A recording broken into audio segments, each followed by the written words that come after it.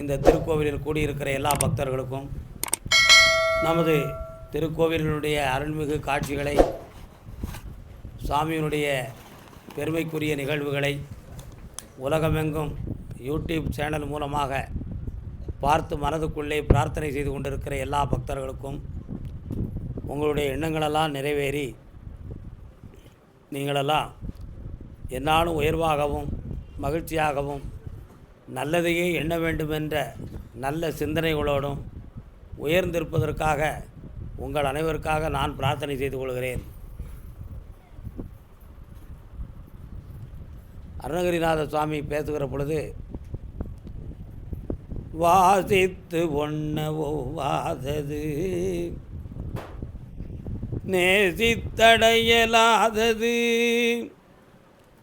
யாசித்தால் அருள் கிட்டாதது, வாசி வாசி என்று யோசித்தால் உணர்வு பொருந்தாதது அப்படின்னார். என்ன அர்த்தம்? வாசித்து பகவானுடைய அருளை படிப்பினால் பெற முடியாது. அதுவும் வாசித்து ஒவ்வாதது கிடைக்காது. பட்டம் பெற்றுட்டா பகவான் அருளை பெற முடியும். அதுக்கும் இதுக்கும் தொடர்பு இல்லை. பட்டம் ஆண்டவன் அருளி பெற்ற ஒரு பெரிய கல்வி. ஆனால் படித்து கடவுளை அடைய முடியாதுன்னு சொல்கிறான். அடுத்து சொல்கிறார், நேசித்து உணர இயலாதது. நேசம்னா காதல். சுந்தரமூர்த்தி நாயனார் சொன்னார், காதலாகி கசிந்து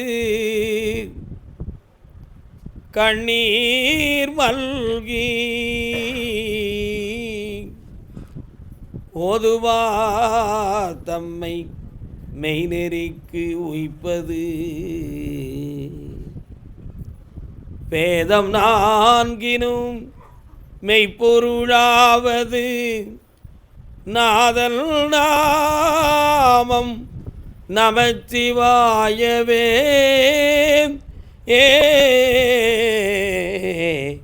நாதன் நாமம் நமச்சிவாயவே. அவர் காதல் வேண்டும்னு சொன்னார்.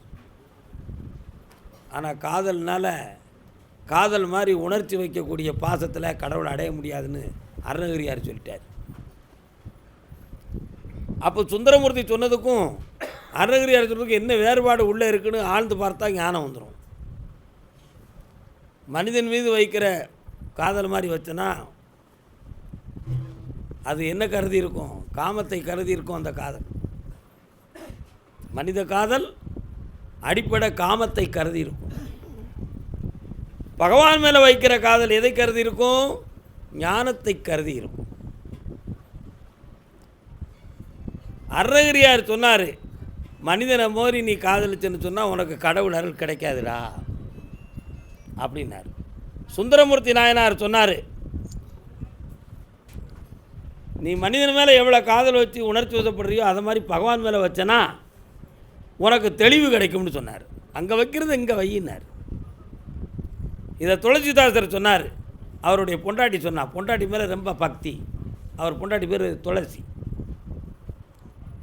ஒரு இடத்துக்கு புரோகிதம் பண்ணிட்டு வரும்பொழுது பட்டு ஆடைகள் எல்லாம் இருந்துச்சு. வீட்டில் பொண்டாட்டி இருப்பான்னு பார்த்து வீட்டை திறக்காரு, பொண்டாட்டியை காணலை. பக்கத்து வீட்டில் கேட்டார், எங்கே என் மனைவி என்னார்? அவள் அண்ணன் வீட்டுக்கு போயிருக்கான்னா.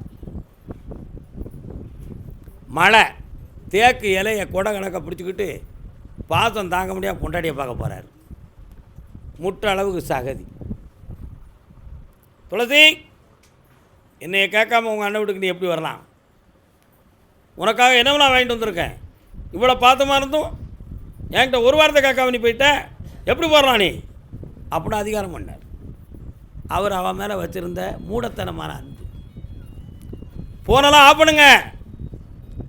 உடனே அவன் ஒரு கேள்வி கேட்டா, யோ என்னையா நீ என் மேலே இவ்வளோ பாசம் வச்சுருக்கிய, ஸ்ரீராமர் மேலே நீ இந்த பாசம் வச்சுருந்தனா என்னை நீ இந்த கேள்வி கேட்பியாயா அப்படின்னு சொல்லிட்டான்.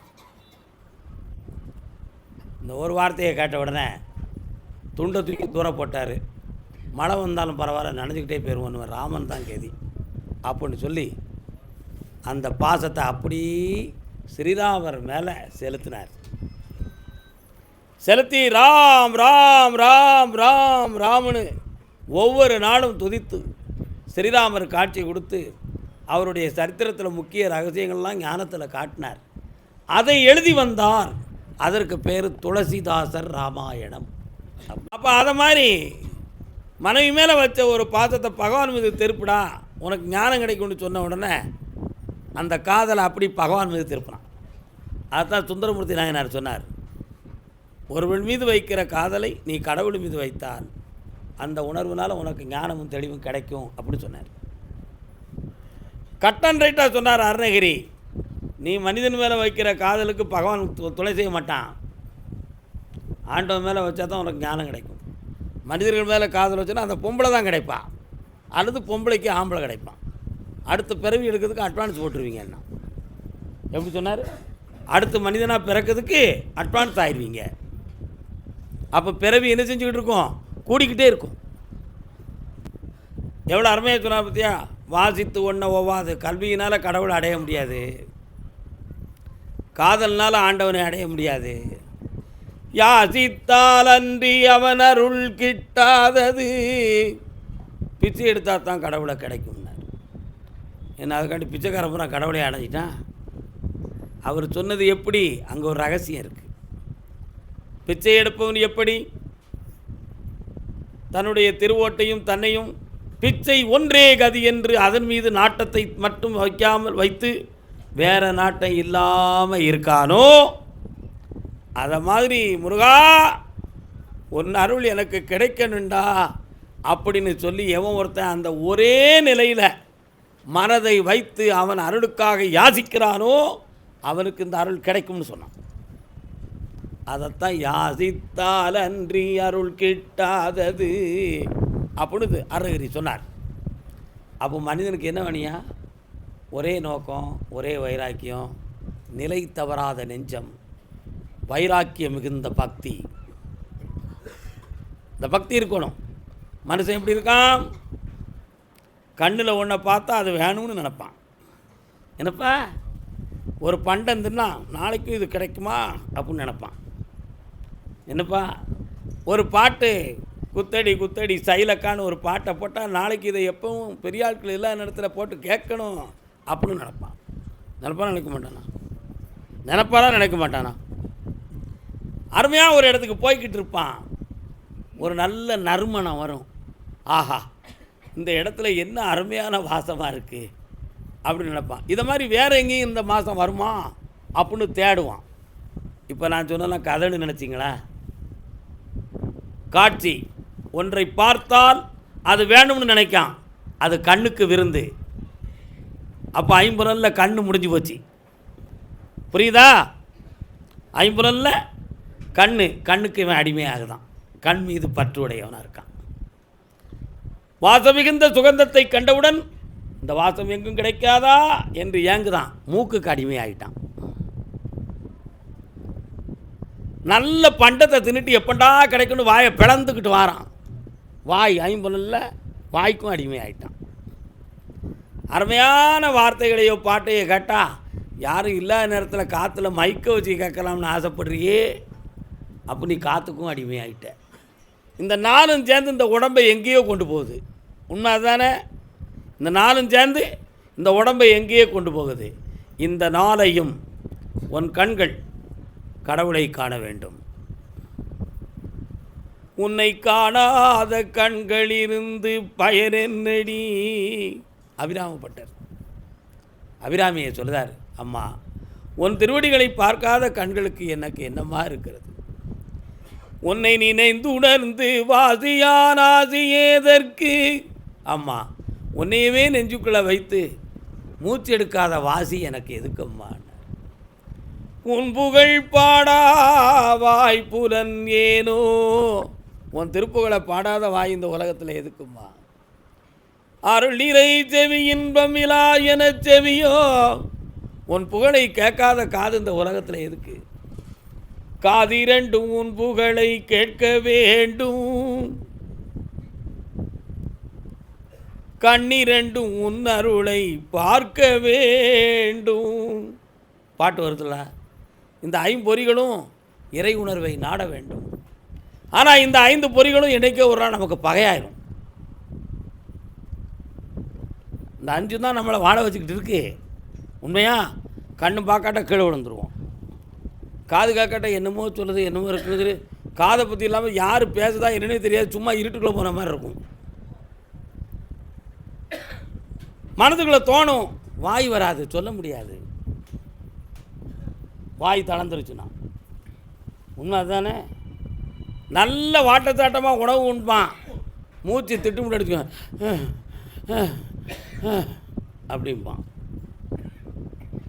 அதுதான் ஒரு சினிமா பாட்டு குங்குமம் படத்தில், நானே எனக்கு பகையானேன், இந்நாடகத்தில் நான் திரையானேன். என்ன அர்த்தம்? நானே எனக்கு பகையானேன், கண்ணு பார்த்துக்கிட்டு இருந்துச்சு, குருடா போயிடுது, எனக்கு இப்போ பிரயோஜனம் இல்லை, பகையாயிடுது. காது நல்லா கேட்டுக்கிட்டு இருந்துச்சு, திமிரு விழுந்துருச்சு, யார் சொல்லும் கேட்கல, அதுக்கும் எனக்கும் உறவு இல்லாமல் போயிடுது. நல்ல கரைச்சி பேசினேன், இப்போ வாய் குளறி போச்சு, எனக்கு பேச முடியலை, என் வாயும் எனக்கு பகையாக போயிடுது. நல்ல சுவாசம் எடுத்துக்கிட்டு இருந்தேன், மூச்சு திட்டுமுட்டு அடிச்சிடுது, எனக்கு எதிராகிடுது.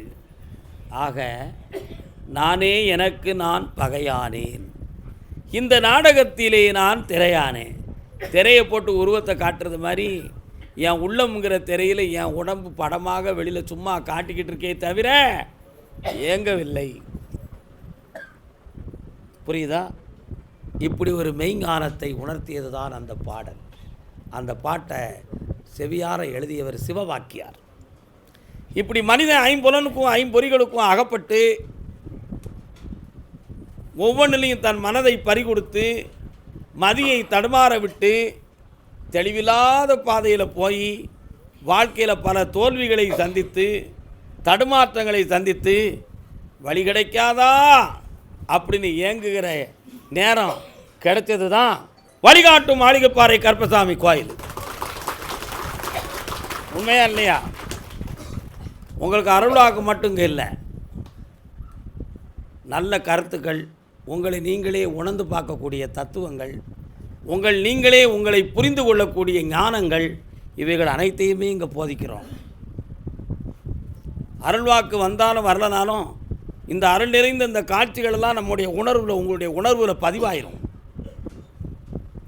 பிரத்தியாருக்கு சொல்லக்கூடிய அருள் மிகுந்த சக்தியான உணர்வு உங்கள் உணர்வில் பதிவாகிறோம், உங்கள் ஆன்மாவில் பதிவாகிறோம்.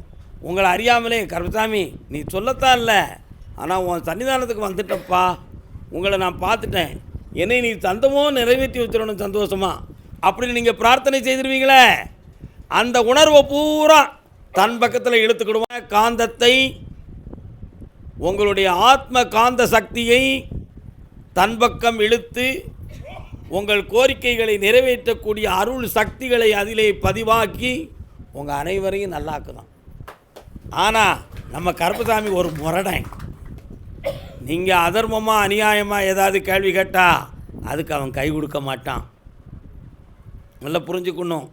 நீ உடனே கேள்வி கேட்ப, நீ கடவுள், நான் மனுஷன், ஆசைப்படுறது இயற்கை தானே ஐயா, கொடுத்துறேன் அப்படின்னு நீ கேட்ப. அடே இதை நீ வாங்கினா நிம்மதியாக இருக்க மாட்டேடா, நான் கொடுத்து நீ நிம்மதி இழந்துடக்கூடாது மகனே, உன் அறிவை திருத்துன்னு சொல்லுவான். உன் அறிவை திருத்து, கால அவகாசம் கொடுக்குறேன். மனம் குழம்புவேன், மனம் தடுமாறுவேன், ஏன் என் மேலேயே கோவப்படுவேன். ஐ ஆம் டோன்ட் கேர், நான் அதை பற்றி கவலைப்படவே மாட்டேன். நீ கோவப்படணும், நீ வருத்தப்படணும், இது எல்லாம் உனக்கு பாடம்னு நிகழ்த்தி தான் பகவான் அந்த சோதனையை உனக்கு கொடுத்துருக்கான். அதில் உன் மனதை திருத்தி வலிமையாக்கி உன்னை விடாமல் பிடிச்சிக்கிடுவோண்டா. ஐயா கருப்பசாமி, என் உள்ளத்துக்குள்ளே வந்துரு, என்னை காப்பாத்திரு, என் வாழ்க்கையை நிறைவேற்றிரு அப்படின்னு நீ பிடிப்ப. அன்னைக்கு உன் உச்சந்தலையில் வந்து இறங்கி உன்னையை காப்பாற்றி வழி வகுப்பான். உங்களுக்கு தேவையானது பக்தி. காசு பணம் பெரிதென்று மகனே, காதல் பெரிதென்றான். என்ன காதல்? பக்தி என்னும் காதல். ஆண்டவன் மீது வைக்கின்ற அன்பு தாயா பெரிது, மாசில்லாத மனம்தான் பெரிது. ஒரு சேரில் ஒருத்தன் தான் உட்கார முடியும். அதில் 2 பேர் இருக்கும்பொழுது இன்னொருத்தனை தூக்கி உட்கார வைக்க முடியுமா? முடியாது. உன்னுடைய உள்ளம் ஒரு இருக்கை.